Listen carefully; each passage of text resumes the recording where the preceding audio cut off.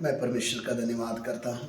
मैले परमेश्वरलाई धन्यवाद दिँदछु। एक बार फिर से प्रभु ने हमें अपने चरणों में बिठाया है फेरि एकपल्ट उहाँको उपस्थितिमा हामीहरूलाई बसाल्नु भएको छ ताकि हम परमेश्वर के वचनों को सीख पाएं।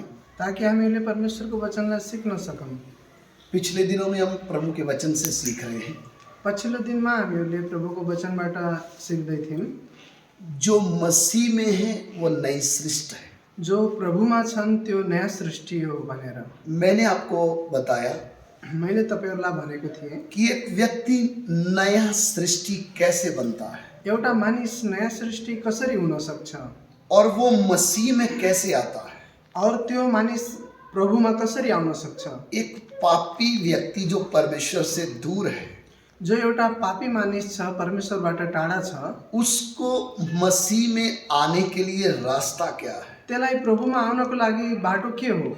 उसको प्रभु यीशु मसीह के बारे में त्यसलाई प्रभुको बारेमा अच्छी तरह ये ज्ञान आना है राम्रोसँग प्रभुको ज्ञान आउनु और उसको व्यक्तिगत तौर पे ये समझ आना है अनि उसलाई चाहिँ आफ्नो व्यक्तिगत रूपमा सम्झिनु कि वो मेरा सृष्टिकर्ता है उहाँ मेरो एउटा सृष्टिकर्ता हुनुहुन्छ और मेरा उद्धार करता है अनि उहाँ मेरो उद्धारकर्ता पनि हुनुहुन्छ और मुझे पाप से छुड़ाने के लिए अनि उहाँले मलाई पापबाट छुडाउनको लागि उसने क्रूस के ऊपर अपना जान दिया है। अनि उहाँले क्रुसमा आफ्नो जानलाई दिनुभयो। ये बात जब एक व्यक्ति को समझ में आती है, जब यो कुराहरू एउटा मानिसलाई समझमा आउँछ, वो क्रूस के सुसमाचार को सुनता है जब उसले क्रुसको कथालाई सुन्दछ और वचन सुनकर वो वचन को ग्रहण करता है, जब वचनलाई सुनेर उसले आफूभित्र एउटा वचनलाई ग्रहण गर्दछ, तब उसके जीवन में एक नया जन्म का अनुभव होता है। तब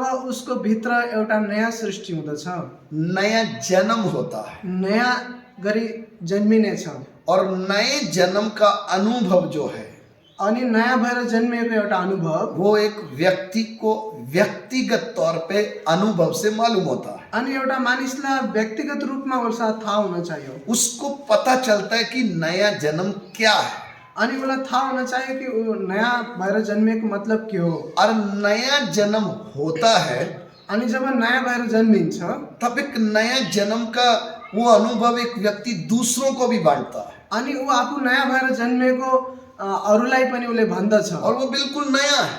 अनि ऊ बिल्कुल एउटा नयाँ छ। और नया जन्म होने के बाद अनि जब ऊ नयाँ भएर जन्मिन्छ नया मनुष्यत्व को पहनता है। अनि एउटा नयाँ मानिसलाई उसले आफूले पेन्दछ, वो है नई सृष्टि। अनि त्यो हो एउटा नयाँ सृष्टि भनेर। इस तरीके से एक व्यक्ति जो मसीह में है वो नई सृष्टि बनता है। त्यही भएर यो एउटा नयाँ भएर जब जन्मिएको हुन्छ त्यही भएर त्यो नयाँ सृष्टि हो। आज हम प्रभु के वचन की ओर जाएंगे। आज हामी उसले प्रभुको वचनबाट हेर्नेछौँ। पढ़ लीजिए दूसरा कुरिन्थियों 5:17। दोस्रो कुरिन्थी 5:17 दूसरा कुरिन्थियों 5:17। इसलिए यदि कोई मसीह में है तो वह नई सृष्टि है।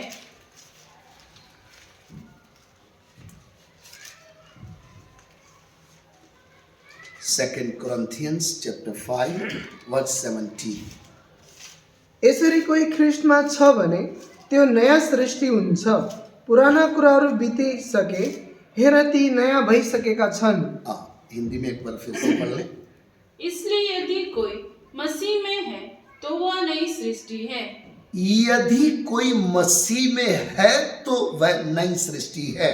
यदि कोही प्रभुमा छ भने चाहिँ त्यो नयाँ सृष्टि हो। मसीह में होना एक बहुत बड़े सौभाग्य की बात है। अनि प्रभुमा हुनु चाहिँ एउटा जीवनमा सबैभन्दा ठुलो सौभाग्यको कुरा हो। क्रिश्चियन होना या ईसाई होना वो मैं बात नहीं कर रहा हूँ। खाली इसाईहरू बन्नुको कुरा होइन, मसीह में होना, प्रभुमा हुनु चाहिँ मसीह में आएगा तभी वो नया सृष्टि के तौर पर दिखेगा। जब प्रभुमा आउँछ तब त्यो नयाँ सृष्टि देखिँदछ। आज कितने ऐसे लोग हैं आज धेरै मानिसहरू छन् जो यस्ता, चर्च में जाते तो हैं चर्चमा जान्छन् लेकिन उनके जीवन में परिवर्तन नहीं है। तर तिनीहरूको आफ्नो जीवन चाहिँ परिवर्तन भएको छैन। वो परिवर्तन ना होने के कारण ये समझ में आता है कि ये नई सृष्टि नहीं है। त्यो परिवर्तन नभएको कारणले गर्दा त्यो चाहिँ नयाँ सृष्टि होइन। तो मैंने आपको पिछली बार बताया अनि जो पछिल्लो भिडियोमा हामीहरूले तपाईँलाई बताएको थियौँ, नया मनुष्य तब हमें पहनना है। नयाँ मानिसलाई हामीहरूले पेर्नेको खाँचो ये जो छ। नया मनुष्य तब है, जो एउटा नयाँ मानिस छ, ये परमेश्वर की धार्मिकता, अनि यो परमेश्वरको धार्मिकता, सच्चाई सच्चाइ, के द्वारा सिरजा गया है, त्यसको द्वारा सृष्टि भएको हो, पवित्रता में सिरजा गया है। पवित्रतामा सृष्टि भएको हो। नया मनुष्य, नया जन्म पाया हुआ व्यक्ति, नयाँ मानिस अनि नयाँ मनुष्य तबला पाएको मानिस, उसके जीवन बाकियों से अलग हो जाता है। त्यसको जीवन अरूहरूको भन्दा धेरै भिन्न हुन्छ। आइए हम और आगे परमेश्वर के वचन में पढ़ेंगे आउनुहोस् हामीहरू परमेश्वरको वचनबाट पढ्नेछौँ। कि जो एक नई सृष्टि बनता उसके जीवन में क्या क्या काम होते हैं। जो एउटा नयाँ सृष्टि हुँदछ त्यसको जीवनमा चाहिँ के कामहरू हुँदछ। हिजकियल की पुस्तक, हिजकियलको पुस्तक उसका 36 अध्याय, उसका 26 वचन। 36 को 26 में हेर्नेछौँ। Book of Ezekiel chapter 36 verse 26।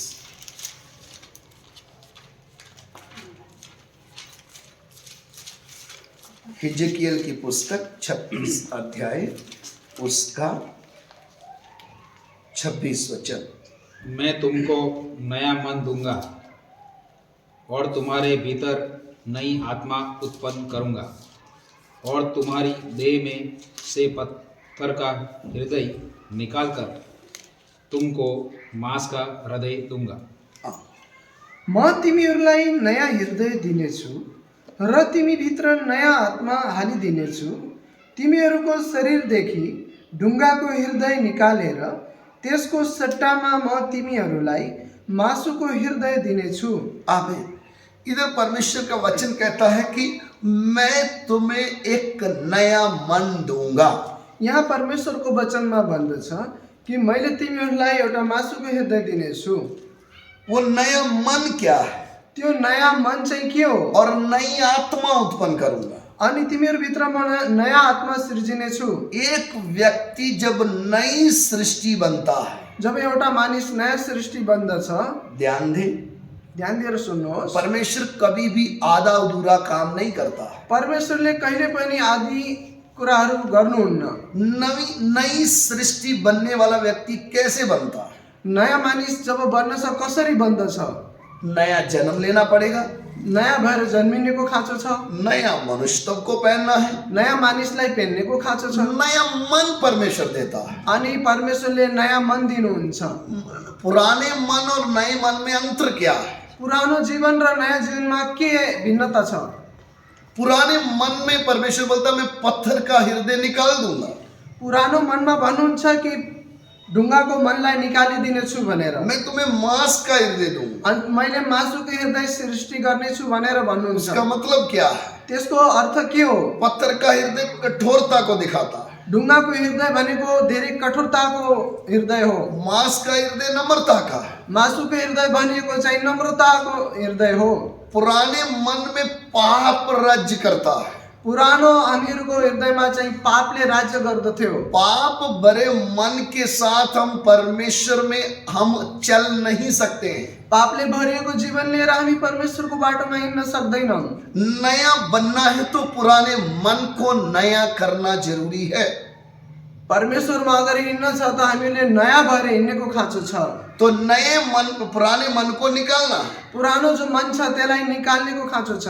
नए मन परमेश्वर देगा, परमेश्वरले हामीभित्र नयाँ मन सृष्टि गर्नुहुनेछ। क्योंकि मन पुराने मन में क्या है? पुरानो मनमा हामीहरूको के छ? मरकुस 7 अध्याय उसका 21 वचन। मर्कुस 7 को 21 मा हामी हेर्नेछौँ। Mark chapter 7 verse 21-22। मरकुस 7 अध्याय उसका 21 और 22 वचन।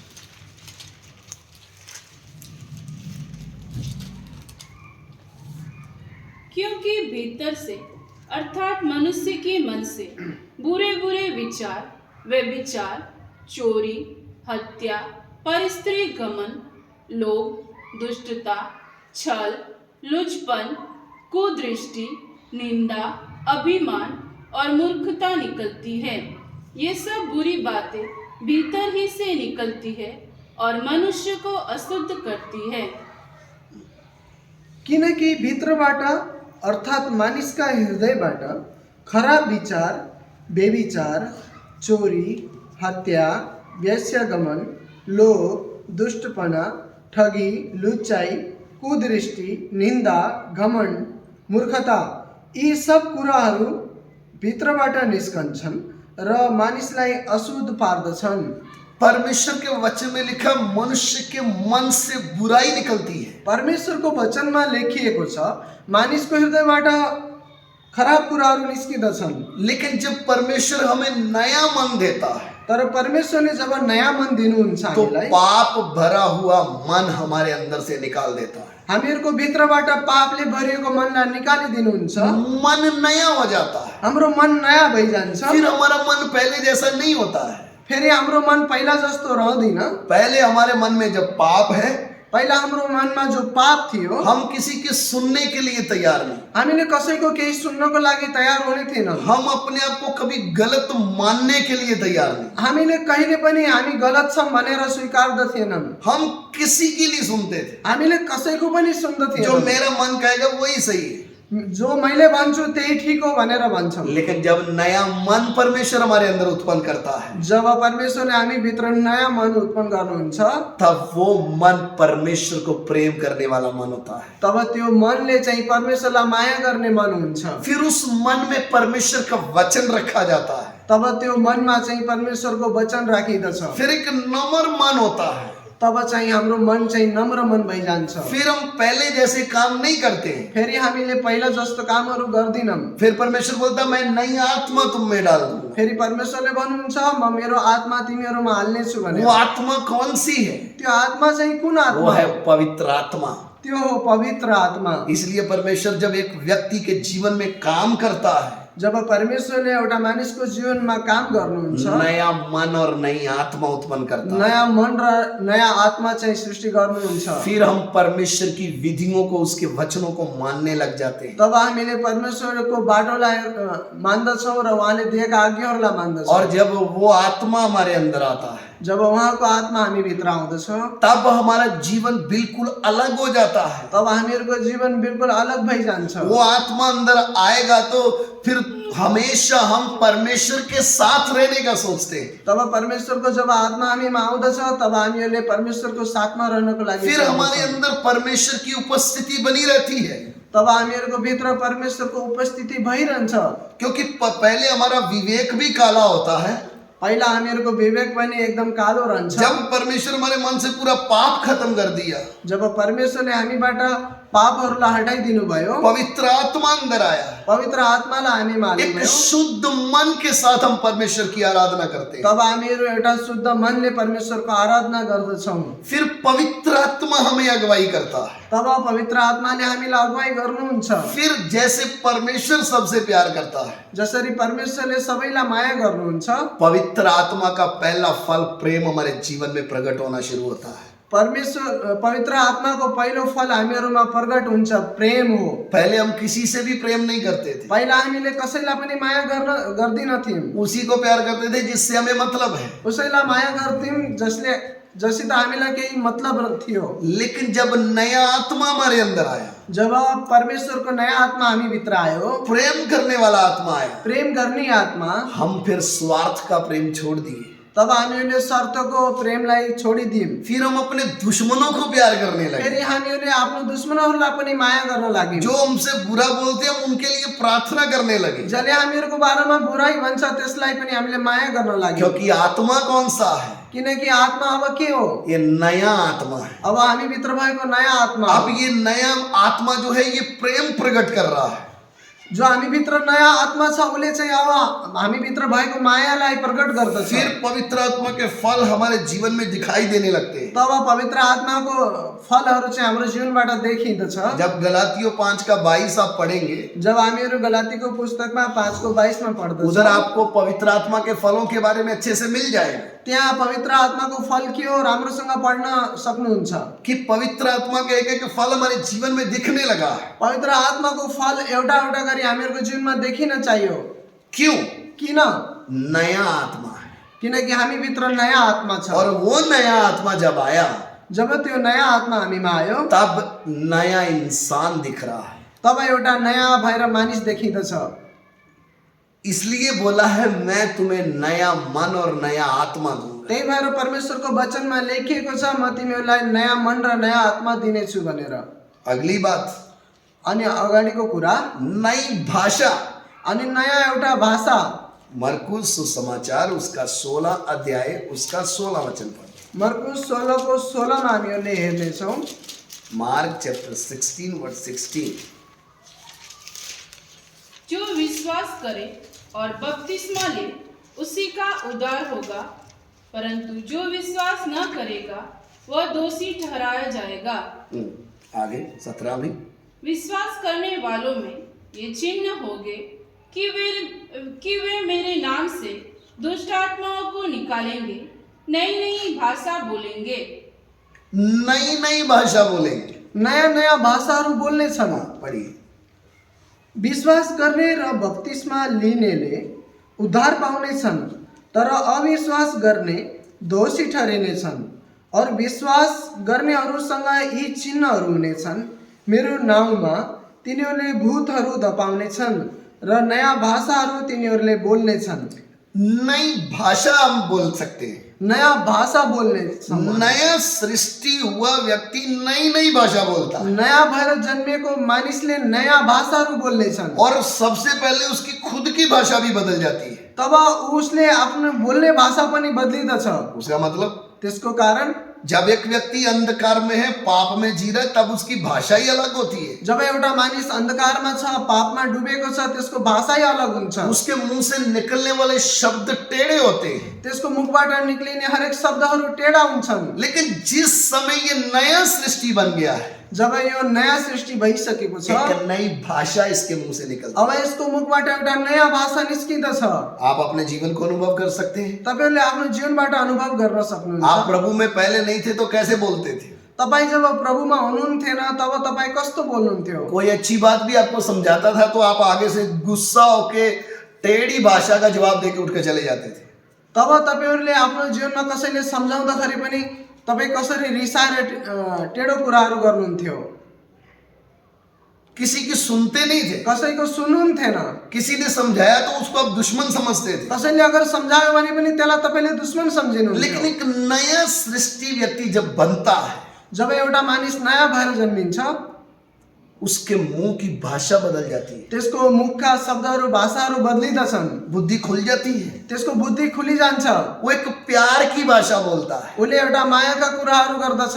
उसके मुंह से निकलने वाले शब्द नम्रता के साथ निकलते हैं। उसको मुखबाट निस्किने हरेक शब्दहरू नम्रताका शब्दहरू हुनेछन्। इसलिए परमेश्वर के वचन में क्या लिखा है? त्यही भएर परमेश्वरको वचनमा के लेखिएको छ? कलोसियों की पत्री कुलुस्सीको पुस्तकमा 4 अध्याय 4 को 6 वचन पढ़े। 4 को 6 मा हेर्नेछौँ हामीहरू। कोलोसियो 4 का 6।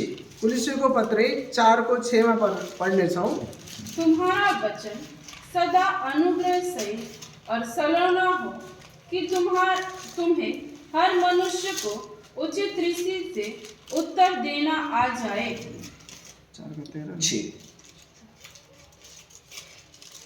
हरेकलाई कसरी जवाब दिनुपर्छ सो जान्नलाई तिमीहरूको वचन नुनले स्वादिलो पारेको जस्तै अनुग्रहकारी सहितको होस्। आमेन।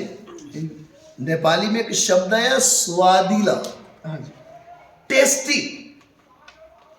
एक व्यक्ति नई सृष्टि बन गया है तो उसके मुंह से निकलने वाली भाषा भी टेस्टी होती है। स्वादली यानी उसको सलूना बोला गया है हिंदी में, स्वादिष्ट। बोलिए। जब एउटा मानिस जब प्रभुमा हुन्छ त्यसका शब्दहरू पनि मीठा मीठा हुन्छन्। क्यों? किन? ये नई सृष्टि है। किनकि यो नयाँ सृष्टि हो। हम कितनी बार 1-2 बार चर्च में चले गए, हमने सोच लिया मैं तो 1 साल से चर्च में गया हूँ, 5 महीने में चर्च में जा रहा हूँ और मैं बन गया नई सृष्टि। हामीहरू सोच्दछौँ हामीहरू 4-6 महिनादेखि सालभरदेखि चर्चमा गइरहेका छौँ र अब हामीहरू नयाँ सृष्टि भइसकेका छौँ भनेर।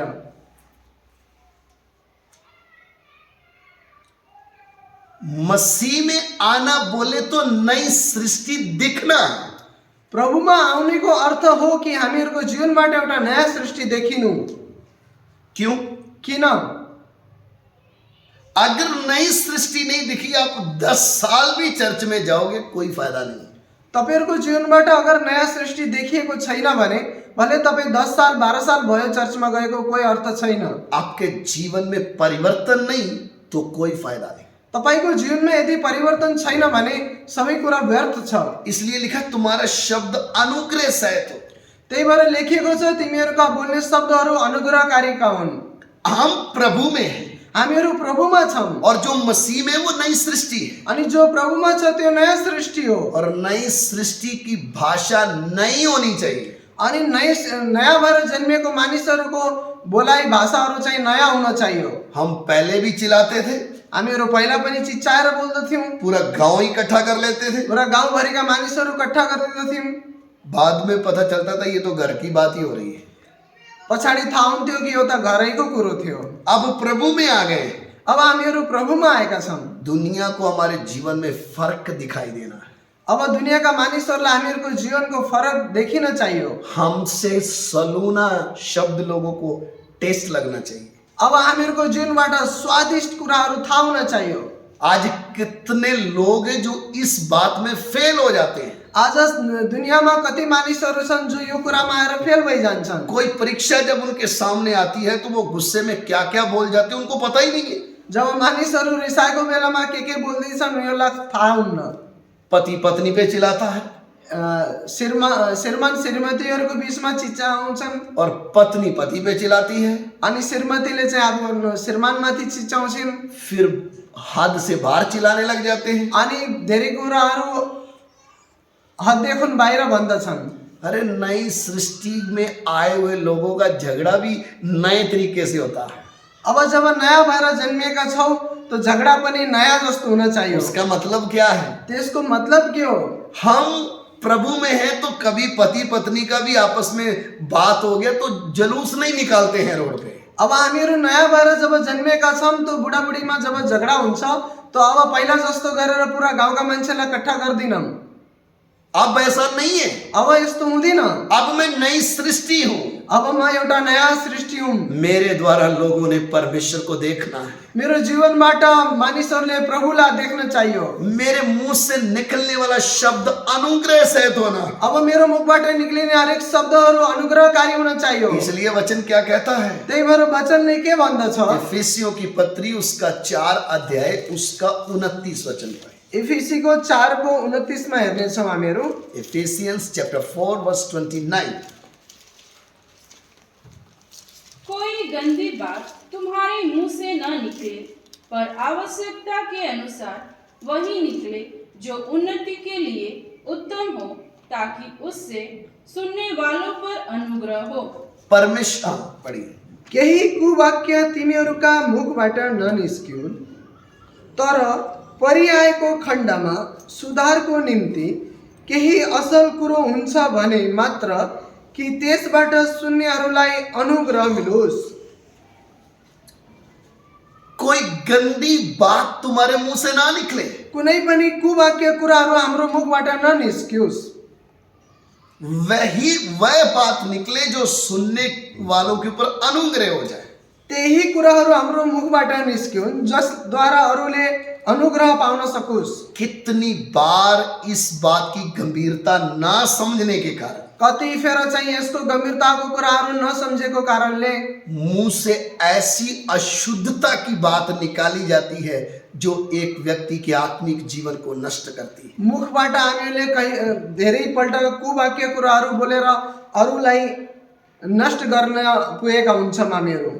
कई बार ऐसी अशुद्ध बातें मुंह से निकलती है कई फेर हाम्रो मुखबाट कुवाक्य कुराहरू निस्किन्छन् जो आत्मिक जीवन को नष्ट कर देती जो अरूको आत्मिक जीवनहरूलाई नष्ट गर्दछ।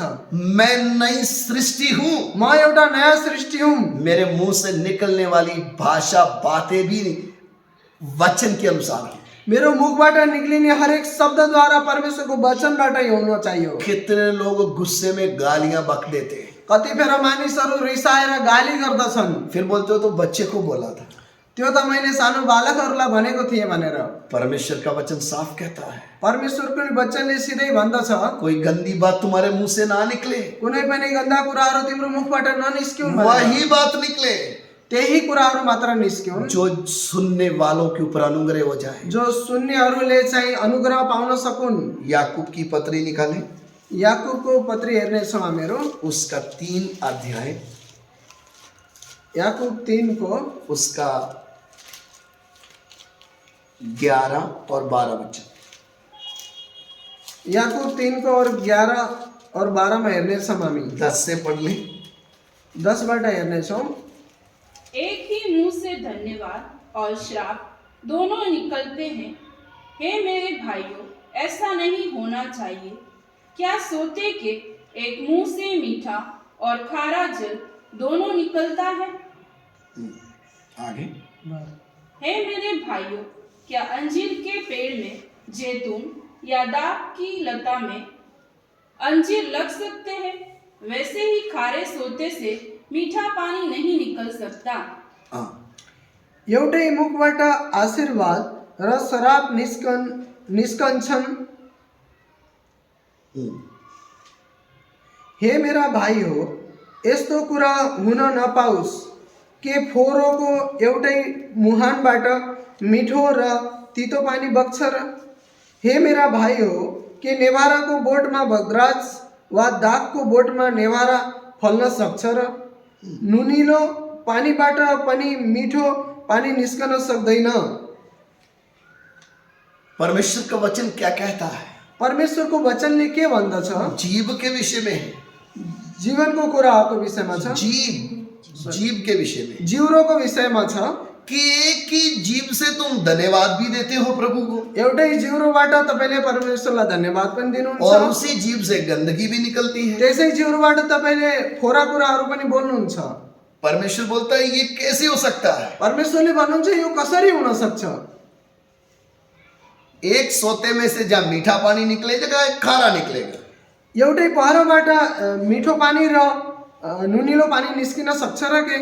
अंजीर के पेड़ को जैतून की दाग नहीं लग सकती, जैतून के पेड़ को अंजीर की दाग नहीं लग सकती। नेवारोको बोटमा भद्राक्ष हुन सक्दिन र दागको बोटमा नेवारा फल्न सक्दिन।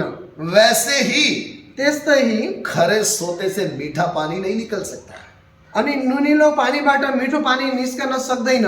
यदि एक अविश्वासी है तो वो अविश्वासी है। यदि कोही मानिस अविश्वासी छ भने त्यो अविश्वासी हो। यदि वो विश्वासी है तो वो नई सृष्टि है। यदि त्यो विश्वासी हो भने चाहिँ त्यो नयाँ सृष्टि हो। अविश्वासी है तो वो पुरानी सृष्टि है। यदि अविश्वासी छ भने चाहिँ त्यो पुरानो सृष्टि हो। चर्च में जा रहे हैं, चर्चमा जानुहुन्छ, प्रार्थना कर रहे हैं, प्रार्थना पनि गर्नुहुन्छ, लेकिन प्रार्थना से आते ही धमाल मचा रहे हैं। प्रार्थनाबाट आउँदा बित्तिकै तपाईँ घरमा आएर हुल्लगड मचाउनुहुन्छ। प्रभु कभी भी किसी को आदि सृष्टि नहीं बनाता है। प्रभुले कहिले पनि आदि सृष्टि गर्नुहुन्न। हमें आधा नया नहीं बनाया है। आधा गरी नयाँ बनाउनुहुन्न। जो मसीह में है वो नई सृष्टि है। जो प्रभुमा छ त्यो नयाँ सृष्टि हो। उसने हमें पूरा नया किया। उहाँले पूर्ण रूपले नयाँ गर्नु भएको छ। इसलिए नया सृष्टि बना है तो भाषा बदल जाएगी। यदि तपाईँ नयाँ सृष्टि हो भने भाषा पनि बदलिनेछ। और जब भाषा बदल जाएगी, जब भाषा बदलिदछ तब अपने आप लोगों को दिखेगा ये नया सृष्टि है। तब अरू मानिसहरूलाई पनि देखिनेछ कि तपाईँ नयाँ सृष्टि हो। अब जब नया हो गया, यदि तपाईँ नयाँ हुनुभएको छ भने अब परमेश्वर का वचन क्या कहता है? परमेश्वरको वचनले अब के भन्दछ? रोमियो की पत्री रोमियोको पुस्तक 12 अध्याय 12 अध्यायमा उसका 2 वचन। 12 को 2 मा रोमन्स चैप्टर 12 वर्स 2। रोमियो 12 का 2। इस संसार के सदस्य न बनो, परंतु तुम्हारे मन के नए हो जाने से तुम्हारा चाल चलन भी बदलता जाए, जिससे तुम परमेश्वर की भली और भावती और सिद्ध इच्छा अनुभव से मालूम करते रहो। और यस संसारसित एकै चालका नहौ, तर तिमीहरूको मनको परिवर्तनले तिमीहरू बदलियो और परमेश्वरका असल मन पर्ने र सिद्ध इच्छा के रहेछ भनी तिमीहरू जाँचेर पता लगाऊ। अब परमेश्वर का वचन क्या कहता है? अब परमेश्वरको वचनले के भन्दछ? मन नया हो गया, मन नयाँ भइसकेको छ। अब अब चाल चलन भी नया होना है, अब चाल चलन पनि हाम्रो नयाँ हुनेको खाँचो बदलना छ। है। अब बदलिनेको खाँचो छ। पहले का चाल चलन अलग था, पहिलाको चाल चलन अलग थियो। करेक्टर चाल चलन, तपाईँको पहिलाको चाल चलन अलग चरित्र। थियो, चरित्र अलग थियो। अब नया है। अब नयाँ भइसक्नु भएको छ। अब पहले जैसा दिखता ही नहीं, अब पहिला जस्तो देखिनुहुन्न तपाईँ। सिर्फ शब्दों में मसीह नहीं होना है, खाली शब्दहरूमा हामी प्रभु मसीह हुने होइन, जीवन में कुछ प्रैक्टिकल बातें नजर आनी है। हाम्रो जीवनमा पनि कुनै प्र्याक्टिकल कुराहरूको प्रैक्टिकल अनुभव से वो बात दिखना है हमारे जीवन। हाम्रो जीवनमा प्र्याक्टिकल भएर र देखिनेको खाँचो छ। हम प्रभु में नहीं थे तब के जीवन में और अब के जीवन में फर्क है। जब हामीहरू प्रभुमा थिएन र अब जब हामी प्रभुमा नयाँ सृष्टि भएका छौँ, त्यसमा बोलता है मन नया हो जाने से जब मन नयाँ हुँदछ, अब चाल चलन भी बदलना है। अब हामीहरूको चाल चलन पनि बदलिनेको खाँचो छ। चाल चलन नहीं बदला तो यदि चाल चलन हामीहरूको बदलिएन भने आप नया सृष्टि नहीं, हामीहरू नयाँ सृष्टि होइन, आप वही पुराने हैं। तपाईँहरू अझै पनि त्यही पुरानो और हुनुहुन्छ। चाल चलन में क्या आता है? चाल चलनमा अब के आउँदछ? पवित्र चाल चलन। पवित्र चाल चलन। पहले अशुद्ध चाल चलन था, पहिला अशुद्ध चाल चलनहरू थियो अब हामीहरूको। पवित्र चाल चलन है। अब हामीहरूको पवित्र चाल चलन छ। अशुद्ध चाल चलन में क्या था? अशुद्ध चाल चलनमा के थियो? पहले हमने बहुत उल्टे सीधे काम कर लिए, पहिला हामीहरूले धेरै उल्टा सिधा कामहरू गर्यौं, किसी की नहीं सुनी, कसैको पनि सुनेनौं, जो मन में आया ऐसे काम किए। जे हामीहरूको मनले चाह्यो त्यही हामीहरू गर्यौं। पत्नी को धोखा, हाम्रो श्रीमतीलाई धोका दियो, पति को धोखा, श्रीमतीले पतिलाई धोका दियो, ऑफिस में धोखा, अफिसमा पनि धोका दियो, दोस्तों के साथ धोखा। साथीहरूलाई पनि धोका दियो। जो मन में जैसी गंदी बातें आई ऐसे हम सुनते और करते थे। हाम्रो मनमा जस्तो गन्दा कुराहरू आयो त्यस्तै हामीहरू गर्दै गर्यौं। पुराना मनुष्य तब था, वो पुरानो जीवन थियो त्यो, पुरानी सृष्टि थी। पुरानो सृष्टि थियो त्यो। लेकिन जिस क्षण नया बना, जब हामीहरू नयाँ बन्यौं, अब चाल चलन बदल गया। अब हामीहरूको चाल चलन पनि और बदलिनेको उस खाँचो चाल छ। चलन में क्या आया? अब त्यो चाल चलनमा के आउँदछ? क्या समझ में आया? के सम्झ्यौं हामीले? जैसे तुम्हारा बुलाने वाला पवित्र है, जस्तै तपाईको बोलाउनु हुने परमेश्वर पवित्र हुनुहुन्छ, ऐसे ही तुम्हारा चाल चलन भी पवित्र हो। त्यस्तै तपाईहरुको पनि चाल चलनमा तपाईहरु पवित्र हुनेको पहला खाँचो छ। पत्रस 1 अध्याय उसका 15 वचन पढ़ ले। पहिलो पत्रस 1 अध्याय उसको 15 वचन पढ्ने छौं। 1 Peter chapter 1 verse 15। पर जैसा तुम्हारा बुलाने वाला पवित्र है, वैसे ही तुम भी अपने सारे चाल चलन में पवित्र बनो, आगे क्योंकि लिखा है, पवित्र बनो क्योंकि मैं पवित्र हूँ। तर तिमीहरूलाई बोलाउनु हुने जस्तो पवित्र हुनुहुन्छ, तिमीहरू आफै पनि जीवनका सबै रहन सहनमा पवित्र हौ। परमेश्वर का वचन कहता है जैसे तुम्हारा बुलाने वाला पवित्र है, परमेश्वरको वचनले भन्दछ जस्तो तिमीहरूको बोलाउनु हुने परमेश्वर पवित्र हुनुहुन्छ, तुम भी अपने सारे चाल चलन में पवित्र बनो। तिमीहरू पनि आफ्नो सबै चाल चलनमा पवित्र बन। नई सृष्टि बोले तो नया करैक्टर। नयाँ सृष्टि भनेको चाहिँ एउटा नयाँ क्यारेक्टर हो। पहले मेरा करैक्टर खराब था, पहिला मेरो क्यारेक्टर चाहिँ खराब थियो, मेरा जीवन खराब था, मेरो जीवन चाहिँ खराब थियो, जो भी मेरे कोई पास भी बैठना नहीं चाहता था, जो अरू मेरो सँगै बस्न पनि मान्ने थिएनन्, मुझे कोई घर में घुसने नहीं देता था। कसैले आफ्नो घरमा पनि जान दिने थिएनन्। कैसा जीवन था? कस्तो जीवन थियो? वही जीवन लेकर त्यही जीवन लिएर मैं प्रभु के पास जब आया, जब म प्रभुको पास आएँ, उसने मेरा नया जीवन कर दिया। उहाँले मेरो जीवनलाई नयाँ जीवन बनाउनु भयो। मेरा चाल चलन बदल दिया। मेरो चाल चलनहरूलाई बदलिदिनु भयो। सामरिया की औरत यीशु को क्या बोलती है? सामरियाको आई महिने प्रभु यीशुको बारेमा के भन्दछ? हम याकूब के दिए हुए पहाड़ के ऊपर हम भक्ति करते हैं। हामीहरूलाई दिएको याकूबको पहाडहरूमा हामीहरूले भक्ति गर्दछौँ। मैं भक्ति करने वाले खानदान से हूँ। म चाहिँ एउटा भक्ति गर्ने परिवारको छोरी हुँ। लेकिन काम क्या थे, तर चाहिँ काम चाहिँ के थियो त्यसको? चरित्र क्या था? त्यसको चरित्र चाहिँ के थियो? वो पाप में डूबी हुई थी। ऊ चाहिँ पापमा डुबेकी थिइन्। 5 पति किए थे उसने। 5वटा श्रीमान चाहिँ बनाइसकेकी थिइन्। छठवां जो घर पे बैठा था बोलती मेरा पति नहीं है। जो छठमा चाहिँ घरमा बसेका थिए त्यो पनि मेरो लोग्ने हैन भनेर प्रभु भन्दथे। यीशु ने क्या बोला? तब प्रभुले चाहिँ के भन्नुभयो? तूने 5 पति किए हैं, तैले चाहिँ 5वटा श्रीमान चाहिँ बनाइसकेकी छिस्। छठवां भी तेरा नहीं है। और जो छठमा छ त्यो पनि तिम्रो हैन। उसको समझ में आ गया उलाई चाहिँ समझमा आइसक्यो ये कौन है। यो चाहिँ को हो। तब प्रभु ने उसके जीवन को बदला। तब प्रभुले उसको जीवनलाई बदल्नु भयो। पवित्र चाल चलन का मतलब क्या है? पवित्र चाल चलनको अर्थ चाहिँ के हो? मसीह में आने से पहले हमने लाखों हजारों पाप किए होंगे। प्रभुमा आउनुभन्दा पहिला हामीले लाखौं हजारौं पाप गरेका हौला। कोई हमें देखना भी पसंद नहीं करता होगा, कसैले हामीलाई हेर्न पनि पसन्द गर्दथिएन होला। लेकिन जिस क्षण परमेश्वर का वचन आपके हृदय में आया, जब परमेश्वरको वचन हाम्रो हृदयमा आयो, जिस दिन आप मसीह यीशु में आ गए, जुन दिन हामी चाहिँ प्रभु येशू मसीहमा आयौं, उस दिन आप एक नई सृष्टि बन गए। त्यही दिन चाहिँ हामी एउटा नयाँ सृष्टि भयौं।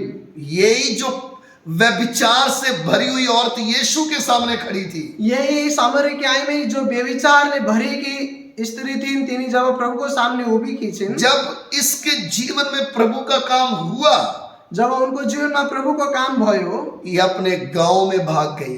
तब यिनी आफ्नो गाउँघरमा भागेर गइन्। ये जाकर बोलती है, जब आफ्नो गाउँमा गएर भन्दथिन्, एक मनुष्य को आकर देखो, एउटा मानिस छन् जसलाई चाहिँ तिमीहरू आएर हेर। मैंने जो किया था जो मैले गरेकी थिएँ उसने सब कुछ मुझे बता दिया है। सबै कुरा उनले मलाई भनिदिए।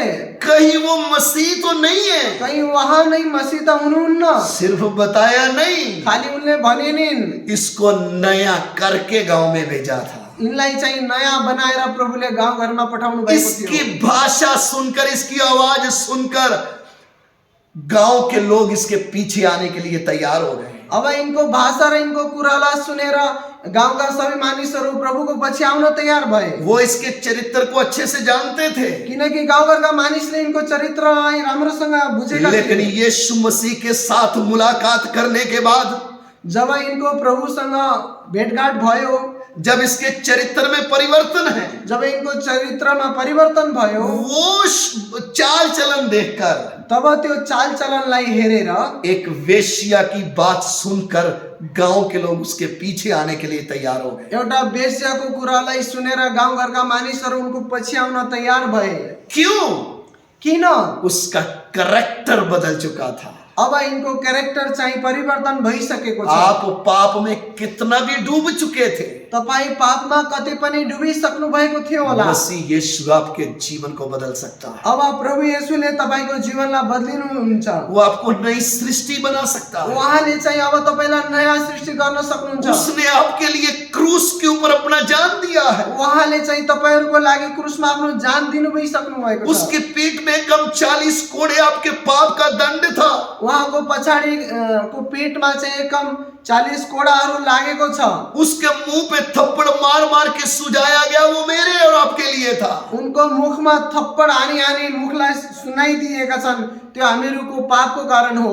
उसको अपमानित किया गया, वो मेरे और आपके लिए था। उहाँलाई चाहिँ अपमानित गरियो तपाई र मेरो लागि। क्रूस के ऊपर उसको लटकाते समय में क्रुसमा जब उहाँलाई लटकाइएको छ, अपने कील ठोकने वालों के लिए क्या प्रार्थना कर रहा है? उहाँलाई खिल ठोक्नेहरूको निम्ति उहाँले के भन्दै हे हुनुहुन्छ? पिता, इनको क्षमा कर दे। हे मेरो पिता, यिनीहरूलाई क्षमा गर्नुहोस्। ये नहीं जानते ये क्या कर रहे हैं। यिनीहरूले जान्दिनन् कि यिनीहरूले के गर्दैछन्। उसने हम सब के पाप के लिए अपना जान क्रूस के ऊपर दिया। उहाँले हामी र तपाई सबैको लागि पापको खातिर उहाँले जान दिनुभयो। आपके जीवन में कितने भी गंदे पाप होंगे, तपाईको जीवनमा कति पनि ठुलो गन्दा पापहरू छन् होला, प्रभु यीशु मसीह आपको नई सृष्टि बना सकता है। प्रभु येशूले चाहिँ तपाईलाई नयाँ सृष्टि बनाउन सक्नुहुन्छ। आपको पैसा देने की जरूरत नहीं, तपाईलाई पैसा दिनेको खाँचो छैन। आपको धर्म बदलने की जरूरत नहीं, तपाईलाई आफ्नो धर्म बदलिनेको खाँचो छैन। आपको कोई रिवाज करने की जरूरत नहीं, तपाईलाई रीतिरिवाज गर्नेको खाँचो छैन। आपको सच्चे हृदय से उसके पास आना होगा। तपाईले आफ्नो एउटा साँचो मनले उहाँको सामने आउनेको खाँचो छ। और जब आप उसके पास आएंगे, जब तपाईहरु उहाँको सामु आउनुहुनेछ, उसका लहू हमारे सारे पापों से हमें शुद्ध कर देगा। उहाँको पवित्र रगतले हामीहरूलाई सम्पूर्ण पापबाट छुटकारा दिनुहुन्छ। उसके पास आने से आप नई सृष्टि बन जाओगे। उहाँको नजदिक आएपछि तपाई एउटा नयाँ सृष्टि हुनुहुन्छ। नई सृष्टि क्या है? नयाँ सृष्टि चाहिँ के हो? नए सिरे से जन्म होगा, नयाँ भएर जन्मिने, नया मनुष्यत्व, नयाँ मनुष्यत्व, नया मन, नयाँ मन, नई आत्मा, नयाँ आत्मा, नई भाषा, नयाँ भाषा, और उसके बाद नया करेक्टर, नया चाल चलन मिल जाएगा। हामीहरूको जीवनको नयाँ क्यारेक्टर र नयाँ भाषा चालचलनहरू हुनेछन्। नया चाल चलन होगा। नयाँ चालचलन हुनेछन्। पहले चाल अलग थी, पहिलाको चालचलन चाहिँ अलग अब थियो। मसीह यीशु जैसा चरित्र बनने जैसा। अब चाहिँ प्रभु येशू मसीह जस्तो चरित्र आप हुनेछ उसके हाम्रो। जैसे दिखोगे, अब हामीहरू उहाँ येशू मसीह जस्तो देखिनेछौँ। क्योंकि किनकि वचन हमने क्या पढ़ा? वचनमा हामीले के पढ्यौँ? अपने सारे चाल चलन में पवित्र। हामीहरूको सम्पूर्ण चालचलनमा उहाँ जस्तो बनौँ। नया सृष्टि क्यों? नयाँ सृष्टि किन? आने वाले दिनों में क्या होने वाला है? आउनेवाला नयाँ दिनहरूमा के हुनेवाला छ? जिस पृथ्वी में हम रह रहे हैं, जुन संसारमा हामीहरू बस्दछौँ, ये सब कुछ नाश हो जाएगा। यो सबै नष्ट हुनेछ। परमेश्वर नया आकाश और नई पृथ्वी बनाने वाला है। परमेश्वरले नयाँ आकाश र नयाँ पृथ्वीको सृष्टि गर्नुहुनेछ। उसमें कौन रहने वाला है? त्यसमा को बस्नेछन्? नई सृष्टि रहेगी। नयाँ भएर सृष्टि जो पुराना भएको थियो, सब खत्म हो जाएगा। पुरानो सबै सकिजानेछ। सर्वशक्तिमान के साथ रहने के लिए तैयार हो रहे हैं। सबै परमेश्वरको साथ रहनको लागि तयार हुँदैछन्। आइए अपनी आंखें बंद करें, आउनुहोस् हामीहरू प्रार्थना गर्छौँ आँखा बन्द गरेर। अपने जीवन के ऊपर ध्यान दें। हाम्रो जीवनमा ध्यान दिनुहोस्। क्या मैं नई सृष्टि बन चुका हूँ? के साँच्चै म नयाँ सृष्टि भइसकेको छु? मेरा चाल चलन नया है? के मेरो चालचलन नयाँ भएको छ? मेरी भाषा कैसी? के मेरो भाषा बदलिएको छ? आइए हम प्रार्थना करें। आउनुहोस् हामीहरू प्रार्थना गर्नेछौँ। स्वर्गीय पिता, हम आपका धन्यवाद देते हैं। स्वर्गीय पिता, तपाईलाई धन्यवाद दिँदछौँ।